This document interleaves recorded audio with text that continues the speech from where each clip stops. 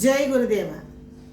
గురుదేవుని యొక్క పాదార విందములకు నమస్కరిస్తూ నా హృదయ పుష్పాన్ని సమర్పిస్తూ ఈరోజు మన సనాతన సాంప్రదాయంలో ఉన్నటువంటి వ్యవహారిక విషయాలను మీ ముందు ఉంచదలుచుకున్నాను. అవి ఏమిటి అనగా, మనకి సాధారణంగా మన పూర్వీకులు ఆడపిల్లలకి కొంచెం మత్తు శరీరము మందగొండిగా ఉంటుంది. మగపిల్లలకు ఉన్నట్టుగా శరీరము ఆడపిల్లలకి చురుకుగా పనిచేయకోకుండా కొంచెం మందంగా వ్యవహారాలు పనులు చేయడం అనేది జరుగుతుంది.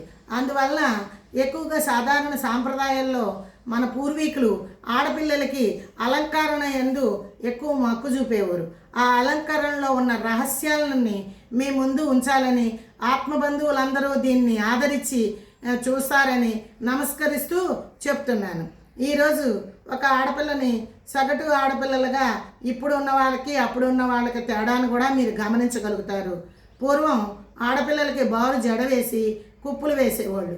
అలాగే ఆ జడకి మొదల్లో పువ్వులు పెట్టేవాళ్ళు. ఆ కుప్పులు ఎందుకు వేసేవాళ్ళు, పువ్వులు ఎందుకు పెట్టేవారు, నాగరం ఎందుకు పెట్టేవారు, చేతికి గాజులు ఎందుకు వేసేవారు, కాళ్ళకి పట్టాలు ఎందుకు పెట్టేవారు, పెళ్ళైన స్త్రీలకి మెట్టెలు ఎందుకు పెట్టేవారు, చెవులకు దిద్దులు, మగవారు కూడా నొసటన కుంకుమ దిద్దుకునేవారు. అది చక్కటి తిలకాన్ని దిద్దుకునేవారు లేదా విభూతిని ధరించేవారు. వీటి యొక్క ఆచార వ్యవహారాల్లో దాగి ఉన్నటువంటి ఆధ్యాత్మిక రహస్యాన్ని మీ ముందు ఉంచాలన్నదే నా తపన. అందువల్ల దీన్ని విశదపరుచుతున్నాను. ఉదాహరణకి ఆడపిల్ల బారు జడ వేసి కుప్పులు వేస్తే అది మనకి వెన్నెముక చివరి భాగాన ఆ కుప్పులు జడగంటలో తగులుతూ ఉంటాయి. దానికి ఉదాహరణగా బాగా నిద్రపోతున్న వ్యక్తి, గాఢ నిద్రలో ఉన్న వ్యక్తి, మెలకు లేనటువంటి వ్యక్తిని మనం పిలిచినా కూడా లేవలేని స్థితిలో, జాగృతికి రాలేని స్థితిలో ఉన్న ఒక వ్యక్తిని మనం ఏం చేస్తాం, తట్టి లేపుతాము. వాళ్ళని తట్టి లేదా కొట్టి లేగు లేగు లేగు అని లేపుతాము. అదేవిధంగా ఈ జడకుప్పులు వెన్నుపాము చివర ఉన్నటువంటి కుండలీకరణ శక్తిని యథావిధిగా పద్దపద్దాక నడుస్తున్నప్పుడు ఆ గంటల తాకిడి దానికి తాకింపబడుతుంది. అదేవిధంగా జడ మొదలు అంటే శిరస్సు తొలి భాగంలో జడ వేయబడుతుంది. అక్కడ పువ్వులు పెట్టండి ఆడపిల్లలకి అని చెప్తారు. అక్కడ బుద్ధి గృహ అనే మేధస్సు ఉంది. ఆ మేధస్సుకి ఈ పువ్వుల సువాసనతో మూర్ధనీ శక్తి ఉత్తేజపడటానికి అవకాశం ఉంటుంది. అంతేకాక మాయాదేవి అనే శిఖాదేవి అని అంటారు. ఆధ్యాత్మికంగా ఆవిడ పేరు శిఖాదేవి. శిఖ అంటే జడ, శిఖ అంటే జుట్టు అని. ఆ శిఖాదేవిని పూజించినట్టుగా జడలో పువ్వులు తురుముతారు. అది ఈ స్థానం అని చూపిస్తారు.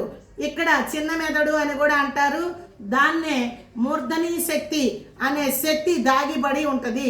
అది వెన్నెముక చివరి భాగంలో శివలింగాకృతిలో ఉంటుందని మన పూర్వీకులు, విజ్ఞానులు, యోగుల చేత చెప్పబడింది. అదే నిరాకార స్వరూపమని శివలింగానికి మనం పూజలు చేస్తాము. ఇక్కడ ఈ పువ్వులు పెట్టడం వల్ల శిఖాదేవికి ఇష్టమైనటువంటి పుష్పాలు, సుగంధ పరిమళమైనటువంటి జాజి, సంపెంగ, గులాబీ, మల్లి ఇలాంటి వాసనల చేత సుమధుర భూషణమైనటువంటి ఆ సువాసనల చేత ఇక్కడ చైతన్య స్థితి బాగా ఉత్తేజపడటానికి అవకాశంగా ఉంటుంది. అదేవిధంగా చేతికి ఉంగరాళ్ళు పెడతాము. మనం మొదల నుంచి చెప్పుకుంటున్నాము, ఈ నాడులన్నీ ఎండ్ అవుతున్నాయి. ఈ నాడులు ఎండ్ అయినప్పుడు దానికి మన వాతావరణంలో ఉన్న ఆక్సిజన్, మనం పీల్చే గాలిలో ఆక్సిజన్ ఉంటుంది. ఆక్సిజన్ అనేది ఒక మూలకము. దాన్ని మనం పదార్థంగా కూడా చెప్పుకుంటాము. అవి ఇతర లోహాలతోటి చర్య నుండి అవకాశం ఉండి మనకి మంచిదైనటువంటి పదార్థాలను సమకూర్చడంలో సహాయపడుతుంది. ఇలా చేతికి ఉంగరాలు పెట్టడం వల్ల ఆ యొక్క ఉంగర తాకిడికి పెట్టడం తీయటం అలాంటి పనులు చేస్తూ ఉంటాము. అందువల్ల ఆ నాడులన్నీ ఆ తాకిళ్ళకి ఉత్తేజం పడుతుంది. అదేవిధంగా ఆడవారికి ఇక్కడ గాజులు, మగవారికి కంకణాలు, కాళ్ళకి కంకణాలు, మగవారికి ఆడవాళ్ళకి పట్టీలు పెడతాము. ఇక్కడున్న జీవనాడి మనకి ఏదైనా వ్యాధి వస్తే పూర్వీకులు డాక్టర్లు ఇక్కడే పట్టి నాడి ఎలా పనిచేస్తుంది అని చూస్తారు. ఈ గాజులు అటు ఇటు చలించటం వల్ల ఈ తాకిడికి ఆ నాడి ఉత్తేజపడటానికి ఆస్కారంగా ఉంటుంది. అలాగే చెవుల యొక్క కంకణాలు, చెవులకి దిద్దులు, లోలాకులు ఇలాంటివి చెవి పైన. ఈ చెవిని మన పూర్వీకులు మాస్టర్లు ఏం చేస్తారు, పిల్లలు చదవకపోతే చెవిని ఇలా మెలిపెట్టేవారు. అంటే ఇది వినికిడి శక్తి ఉన్నటువంటి జ్ఞాన నాడి. ఈ చెవిని ఇలా మెలిపెట్టడం వల్ల వాళ్ళకి బాగా ఆ నాడి ఉత్తేజపడి బుద్ధి తెలివి పెరుగుతుందని మాస్టర్లు ఇలా చెవిని మెలిపెట్టేవారు. చదవకపోతే పురాతన మాస్టర్లు విద్యార్థుల్ని ఇలాగే చేసేవారు. అదేవిధంగా మాస్టర్లు ఏం చేసేవారు, విద్యార్థుల్ని, చదువుకు రాని విద్యార్థుల్ని వాళ్ళ మెదడు చురుకుగా పనిచేయటం లేదని వాళ్ళని వంచి ఈపి మీద చాచి ఒకటి ఇచ్చేవారు. మన నాడులన్నీ వెన్నుపాములు అతి ముఖ్యమైన నాడులు ప్రయాణం చేస్తూ ఉన్నాయి. ఈ ఛాతి దెబ్బ కొట్టడాన అవి చురుకిగా పనిచేయబడతాయి. అదేవిధంగా మనకి కంఠహారము, ఇక్కడ విశుద్ధి కంది, విశుద్ధి చక్రము, విశుద్ధి ఇక్కడ స్వరపేటిక, వాయు గంధి ఇక్కడ ఉంటుంది. దీనికి కంఠ పుస్తులని ఆడవారికి నల్ల పూసల్లో కంటి పుస్తులు అని ఈ పుస్తులు వేసి ఇక్కడ ఒక బంగారపు బిళ్ళని కరెక్ట్గా ఇక్కడే ఈ గుంటలాగా ఉన్న దానికి పడేటట్టు చేసేవారు. ఇక్కడ ఆధ్యాత్మిక పరంగా చెప్పుకుంటే సరస్వతి నిలయం, వాగ్దేవి నిలయం అంటారు. ఇంకో రకంగా ఆధ్యాత్మికంగా చెప్పుకుంటే ఇక్కడ జీవస్థానము, ఇది ఆకాశతత్వంతో ఉంటుందని ఆధ్యాత్మికంగా కూడా మనం చెప్పుకుంటాము. ఇక్కడ దీనివల్ల ఈ తాకిడికి మనం మాట్లాడుతున్నప్పుడు ఈ బిళ్ళ ఇలా లేచి ఇలా పడి ఇలా లేచి ఇలా పట్టడం వల్ల ఈనాడి ఉత్తేజం పడుతుంది.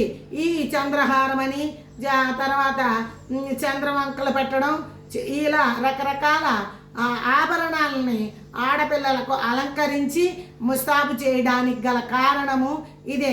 అదేవిధంగా కాలి వేళ్ల దగ్గర నాడులు పనిచేయడం కోసం చేతికి ఏ విధంగా ఉంగరాలు అమర్చామో అదేవిధంగా పెళ్ళైన స్త్రీలకి ఇక్కడ వాళ్ళు మెట్టలు, పిల్లేళ్ళు ఇలాంటి ఆభరణాలు, వెండి ఆభరణాలు చేయడానికి, అవి పెట్టుకోవడానికి ఆస్కారం కల్పించారు. అంతేకాక కాలి మడం మీకు చూపించాలంటే చూపించగలుగుతాను. కాలి మడమున చివరి భాగంలో అనగా ఒక్కసారి దాన్ని మీకు విధి విధానం కోసం చూపిస్తున్నాను. ఇక్కడ సయాటిక్ నరం ఉంటుంది. ఈ నరాన్ని ఉత్తేజం చేయటం కోసమే మగవారికి కంకణాలు ధరించి, ఆడవాళ్ళు దాన్ని పట్టాలు ధరించి ఉంటారు. అటువంటి విధి విధానాలు మన సాంప్రదాయాల్లో బాగా ఉన్నాయి. మన పురాతన సాంప్రదాయాలు అన్ని ఆధ్యాత్మికంగా కూడా మనకి ఎదుగుదల కోసం సర్వనాడులు పనిచేసే విధి విధానంలోనే ఏర్పాటు చేశారు. మగవాళ్ళకు కూడా ఇక్కడ కాడలు కుట్టించుకోవడం లేదా పండితులు దిద్దులు పెట్టుకోవడం ఇవన్నీ మనం చూస్తూనే ఉంటాము. ఈ విధానాల్ని మనం అవహేళన చేయాల్సిన పనే లేదు. ఎంతో ఆధ్యాత్మిక రహస్యాన్ని గోప్యంగా దాసి మనకు చెప్పకనే వాటన్నిటినీ నాడులన్నింటినీ పనిచేసే విధి విధానాల్లో అలంకరణలు ఏర్పరిచిన మన పూర్వీకుల సాంప్రదాయానికి వేల వేల నమస్కారాలను చెల్లిస్తూ, వారికి కృతజ్ఞతాపూర్వక వందనాన్ని చెల్లిస్తూ మన సాంప్రదాయాన్ని గౌరవించమని మీకు విజ్ఞాపన చేస్తున్నాను. జై గురుదేవ.